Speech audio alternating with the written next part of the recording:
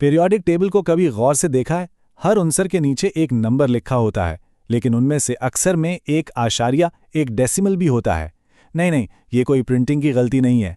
आज हम केमिस्ट्री के इसी छोटे से लेकिन बड़े दिलचस्प मुअम्मे को हल करने वाले हैं कि आखिर ये आशारिया आता कहाँ से है। चलें इसकी तह तक पहुँचते हैं।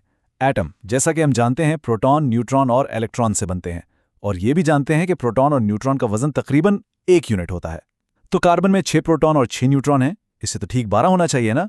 तो फिर ये 12.011 क्यों है? सवाल यह है कि ये इजाफी 0.011 ये हिस्सा कहाँ से आ गया? यही वो राज है जिसे हम आज फाश करेंगे।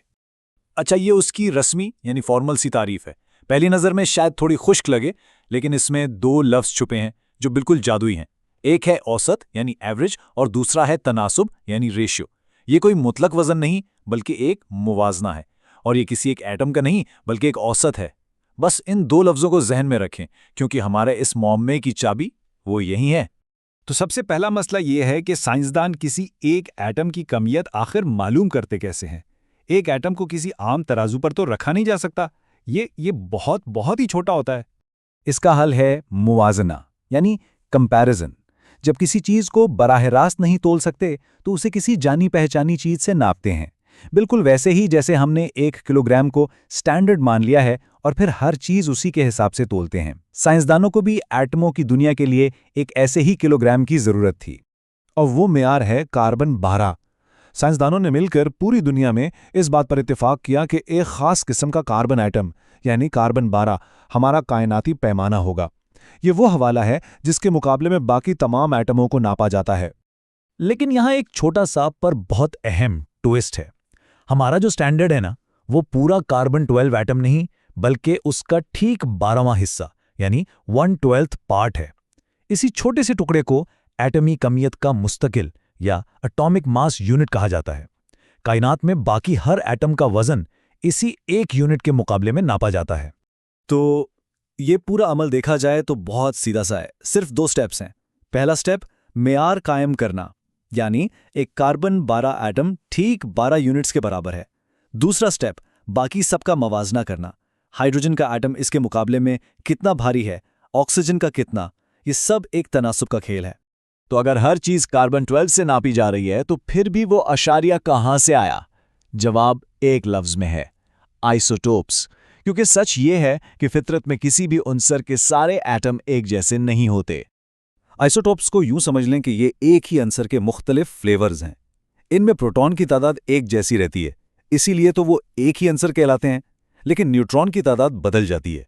मिसाल के तौर पर कार्बन 12 में 6 न्यूट्रॉन हैं, जबकि कार्बन 13 में 7 हैं। दोनों हैं तो कार्बन, लेकिन इनकी कमियत थोड़ी सी अलग है। ये एक हकीकी मिसाल है।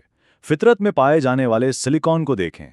तकरीबन 92% सिलिकॉन 28 है, लेकिन इसमें थोड़ा सा सिलिकॉन 29 और सिलिकॉन 30 भी शामिल होता है। हर आइसोटॉप की अपनी अलग कमियत है और फितरत में इसकी अपनी अलग मिकदार है। तो ये है असल कहानी। पीरियोडिक टेबल पर जो नंबर लिखा है वो किसी एक एटम का वजन नहीं है, बल्कि वो इसके तमाम कुदरती आइसोटोप्स का एक वजनी औसत यानी वेटेड एवरेज है। चूंकि 92% सिलिकॉन 28 है, तो औसत 28 के बहुत करीब होगी। लेकिन जो बाकी आइसोटोप्स हैं ना, वो इस औसत को थोड़ा सा खींचकर 28.0855 तक ले आते हैं, और बस इसी वजह से हमें वो आशारिया नजर आता है। मामला हल हो गया। साइंस में सही लफ्ज़ों का इस्तेमाल बहुत ज़रूरी होता है, और इस मौजू पर अक्सर कुछ इस्तिलाहात में कन्फ्यूजन हो जाती है। चलें इसको भी वाज़ेह कर लेते हैं। इसको ऐसे समझें, निस्बती एटमी कमियत किसी एक ख़ास कान से निकाले गए सोने के वज़न जैसी है, लेकिन मेयारी एटमी वज़न दुनिया भर की तमाम कानों से निकाले गए सोने का औसत वज़न है।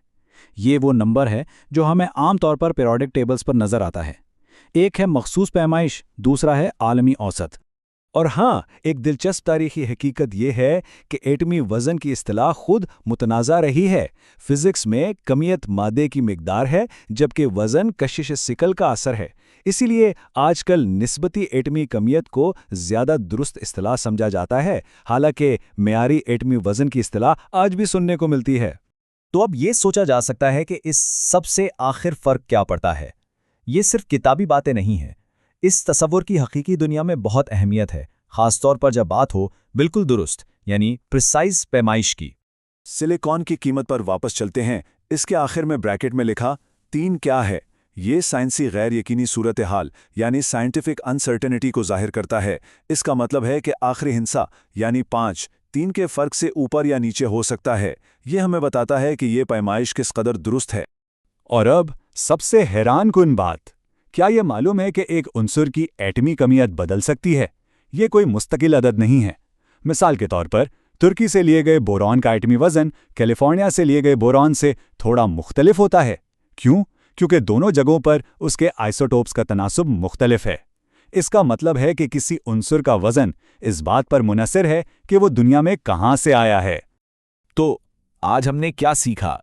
चलें एक झटके में उसको दोहराते हैं। अव्वल, एटमी कमियत एक तनासुब है, कोई मुतलक वजन नहीं। 2, हमारा मेयार कार्बन 12 है। सोम, पीरियोडिक टेबल पर मौजूद आशारिया मुख्तलिफ आइसोटोप्स की वजनी औसत की वजह से है। और आखिर में ये औसत इस बात पर मुनहसर होकर बदल सकती है कि उन्सर कहाँ से लिया गया है। तो आखिर में ये सवाल जहन में आता है, अगर किसी अंसर की इतनी बुनियादी खसूसियत यानी उसका वज़न भी मुकम्मल तौर पर मुस्तकिल नहीं है, तो साइंस में मुस्तकिल या कांस्टेंट का असल मतलब क्या रह जाता है? ये बात हमें याद दिलाती है कि कायनात कितनी पेचीदा और दिलचस्प है। इस पर ज़रूर सोचिएगा।